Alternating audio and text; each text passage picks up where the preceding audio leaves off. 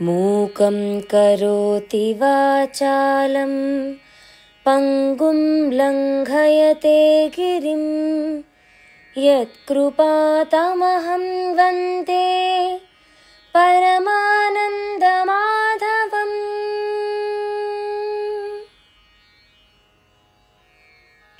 अधरं मधुरं वदनं मधुरं नयनं मधुरं हसितं मधुरम्। अधरं मधुरं वदनं मधुरं नयनं मधुरं हसितं मधुरं। हृदयं मधुरं गमनं मधुरं मधुराधिपतेरखिलं मधुरम्।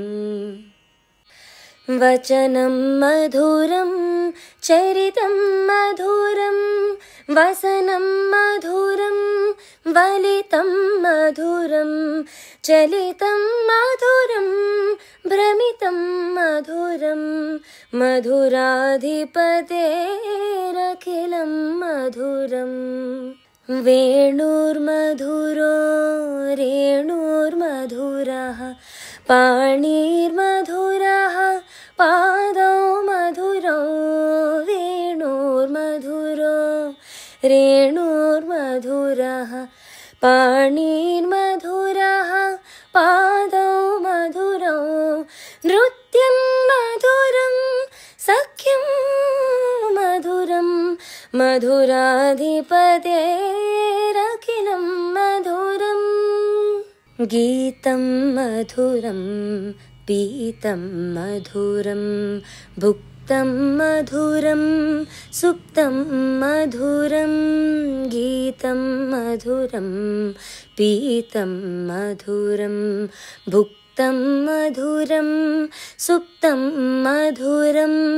रूपं मधुरं तिलकं मधुरं मधुराधिपतेरखिलं मधुरम्। करणं मधुरं तरणं मधुरं हरणं मधुरं स्मरणं मधुरं। करणं मधुरं तरणं मधुरं हरणं मधुरं स्मरणं मधुरं। वमितं मधुरं शमितं मधुरं मधुराधिपतेरखिलं मधुरम्। శ్రీ శ్రవణం ఛానల్కి శ్రోతలందరికీ కూడాను మరొకసారి స్వాగతం. ఈరోజు మనం ఈ కౌశిక పుత్రుల హీన జన్మ వృత్తాంతం అంటూ చెప్పుకోబోతున్నాం అనమాట. ఇప్పుడు మనకు ఈ మార్కండేయుడి దగ్గర కూర్చుని ఈ భీష్ముడు తెలుసుకున్న దాన్ని ధర్మరాజుకు చెప్తున్నారనమాట. ఆ విషయం అందులోనే ఇదొక భాగం. కౌశికుడికి 7 కుమారుడు. వాళ్ళ పేర్లు వాగ్దుష్టుడు, క్రోధనుడు, హింసకుడు, పిసనుడు, కవి, గస్మరుడు, పితృవర్తి ఇవన్నమాట. తండ్రి మరణాంతరం వారంతా కూడాను గర్గుడు అన్న మునీశ్వరుడిని ఆశ్రయించారు. అతనికి శుశ్రూషలు చేస్తూ వేదాధ్యయనం చేశారు. ప్రతిరోజు దూడతో సహా గర్గుని గోవుని మేతకు అడవికి తీసుకెళ్తూ ఉండేవాళ్ళు, తీసుకొస్తుండేవారు. ఒకనాడు అడవిలో కౌశికుని కుమారులంతా ఆకలి దప్పులతోటి అలమటించారు. ఎంత వెతికినా వారికి ఇంతైనా ఆహారం గాని నీరు గాని లభించలేదు. ఆకలి బాధని దాహాన్ని తట్టుకోలేక తెచ్చిన గోవును సంహరించేయాలి అనుకున్నారు వాళ్ళు. దాని రక్తంతోటి దాహాన్ని మాంసంతోటి ఆకలి తీర్చుకోవాలి అని అనుకున్నారు. అయితే వారిలో కవి ఘస్మరుడు అందుకు ఒప్పుకోలేదు. గోవుని చంపడం మహాపాపం అని హెచ్చరించారు. వాళ్ల మాటలు చెవిని పెట్టలేదు ఎవరూ కూడాను. పితృవర్తి కలగజేసుకున్నాడప్పుడు. చెప్పాడు ఇలాగా, గోవును చంపాలని అనుకుంటే పితృదేవతా ప్రీత్యర్థం చంపడం తప్పు కాదు, గోవుకి ఉత్తమగతులు కూడా ప్రాప్తిస్తాయి, ఇందులో అధర్మం లేదు అన్నాడు అతను. అతని మాటలు బాగున్నాయనిపించింది అందరికీ. అంతే, గోవుని సంహరించారు. దాని రక్తమాంసాలను ముందు పితృదేవతలకు అర్పించి ఆ తర్వాత దాన్ని స్వీకరించారంతా. సాయంత్రం గురుదేవుణ్ణి సమీపించి చెప్పారంతా కూడా. ఎలా చెప్పారు అంటే, గోవుని పులి తినేసింది గురువర్య, కాపాడలేకపోయాం, దూడను కాపాడగలిగాం, ఇదిగో దూడ అని దాన్ని గర్గునికి అప్పగించారు. గోవుని కాపాడడానికి మేమంతా చాలా ప్రయత్నించాం, మా వల్ల కాలేదు, తప్పైపోయింది గురువర్య అంటూ వేడుకున్నారు. గర్గుడు రుజుస్వభావుడు. శిష్యులు చెప్పింది నిజమని నమ్మాడు. బాధపడుతున్న శిష్యులను ఓదార్చాడు. కొన్ని సంవత్సరాలు గడిచిపోయాయి. కౌశికుల కుమారులు 7 మరణించారు. మరణించి దశార్ణవ దేశంలో ఒక తల్లి కడుపున బోయలుగా జన్మించారు.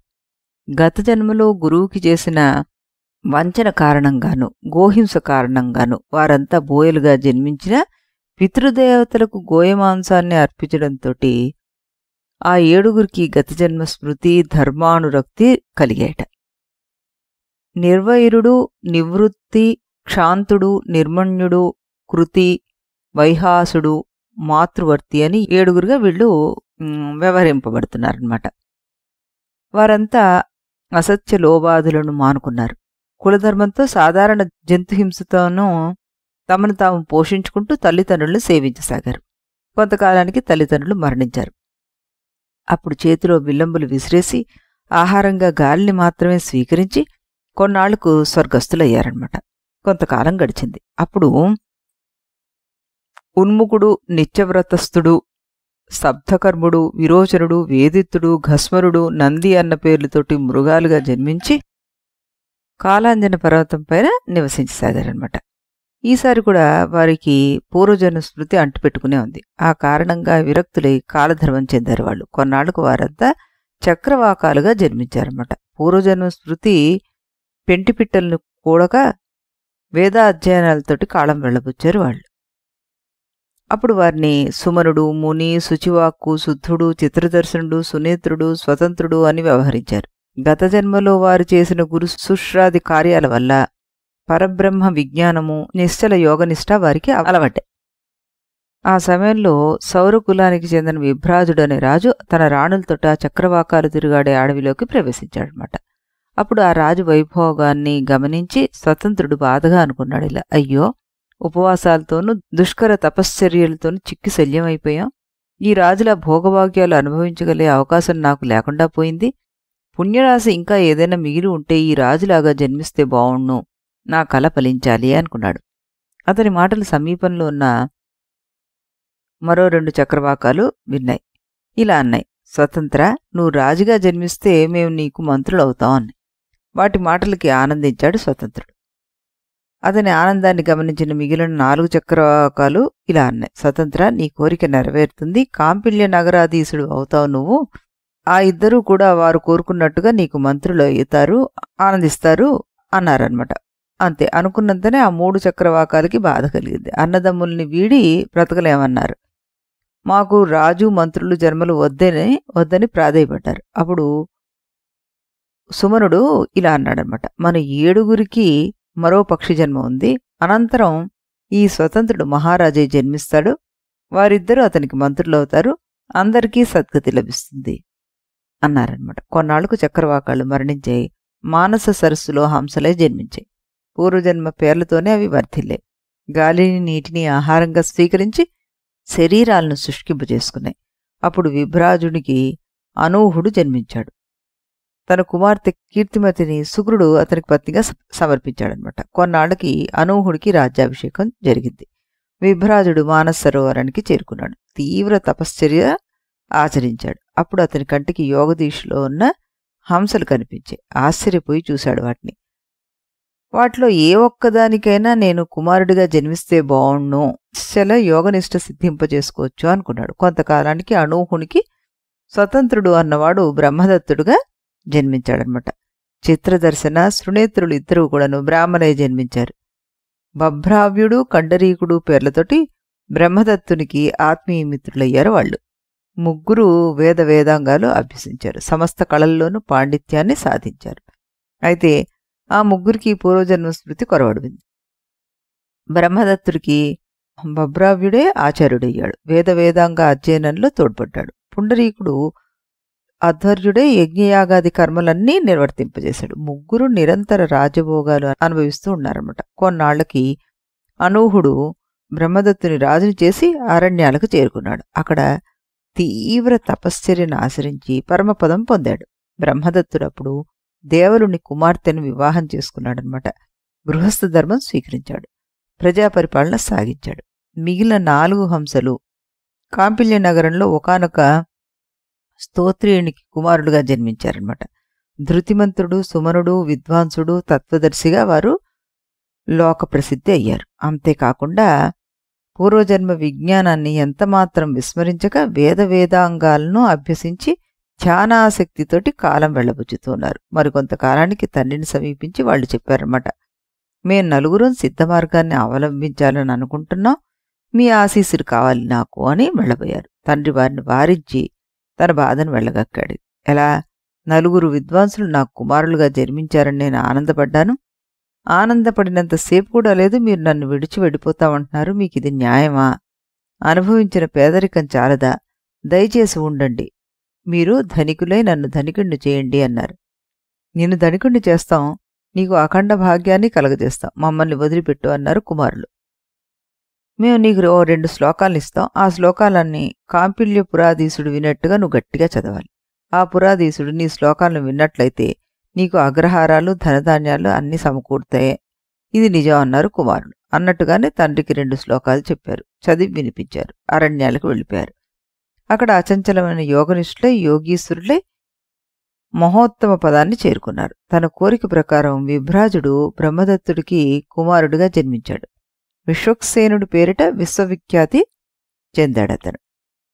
సంతానవతుడైన బ్రహ్మదత్తుడు ఒకనాడు భార్యతో సహా నగర ఉద్యానవనంలో విహరిస్తున్నాడు. అప్పుడు అతను 2 చీమల్ని గమనించాడు. ఒక మగచీమ ఆడచీమ పైన కోరిక పెంచుకుని తన కోరికను తీర్చామని ప్రాధేయపడుతోంది.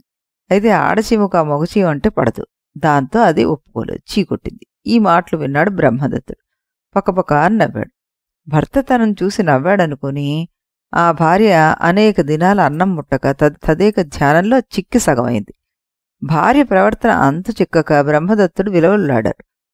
ఒకనాడు ఏమిటిది, ఎందుకు ఇదంతా అని గట్టిగా అడిగాడు ఆవిడ్ని. మీరు ఆనాడు ఉద్యానవనంలో నన్ను చూసి నవ్వారు, నేను నా అందము నవ్వులు పాలైపోయి ఇంక నాకెందుకు ఈ జీవితం, అందుకే ఇలా తయారయ్యానంది. అవునా అని ఆశ్చర్యపోయి ఆనాడు తానెందుకు నవ్వింది స్పష్టంగా వివరించి చెప్పాడు ఆయన. నమ్మనుగాక నమ్మను అంది ఆవిడ. దేవతా వరము, పూర్వజన్మ తపో విభవము, అత్యద్భుత యజ్ఞ ప్రక్రియ వల్ల చీమల మాటలను మహాత్ములు వినగలుగుతారు. పరులకు అది అసాధ్యం. మీరు అబద్ధం ఆడుతున్నారు, నిజం చెప్పలేదో నేను ఆత్మాహుతి చేసుకుంటాను ఒట్టు అంది. ఏం చేయాలో తోచలేదు బ్రహ్మదత్తుడికి. ఆ నారాయణుడే దిక్కనుకున్నాడు. అతని కోసం 6 రోజుల పాటు నిష్ఠూరోపవాస వ్రతం ఆచరించాడు. 7వ రోజు వేకువలో కల్లో నారాయణుడు సాక్షాత్కరించి అభయాన్ని ప్రసాదించాడు. రాజా, రేపు ఉదయం నీకు శుభం అవుతుంది, ఇక నీకు ఎలాంటి బాధలు ఉండవు అన్నాడు. మేల్కొన్నాడు బ్రహ్మదత్తుడు. శ్రీహరి సాక్షాత్కారం అయింది, ధన్యుణ్ణి అనుకున్నాడు. తెల్లవారుతూనే స్నాన సంధ్యాదులు ఆచరించాడు. ఆనందంగా అలంకరించుకున్నాడు. భార్యతో సహా బంగారు రథాన్నెక్కి ఉద్యానవనానికి వెళ్ళాడు. అప్పుడు అతనికి కండరీకుడు సారథ్యం వహించాడనమాట. బాభ్రవ్యుడు వింజామరతో వీస్తూ అతనికి ఉల్లాసాన్ని కలిగిస్తున్నాడు. అది గమనించిన బ్రాహ్మణుడు తనకి 4 కొడుకులు ఉపదేశించిన శ్లోకాలను బ్రహ్మదత్తుడికి వినిపించేలా గట్టిగా చదివాడు. వాటి అర్థం ఏమిటి అంటే, పూజ్యులారా, మీరంతా వేదాంగవేత్తలు. ముందు మీరు సప్త విప్రోత్తములుగా కురుక్షేత్రంలో జన్మించారు.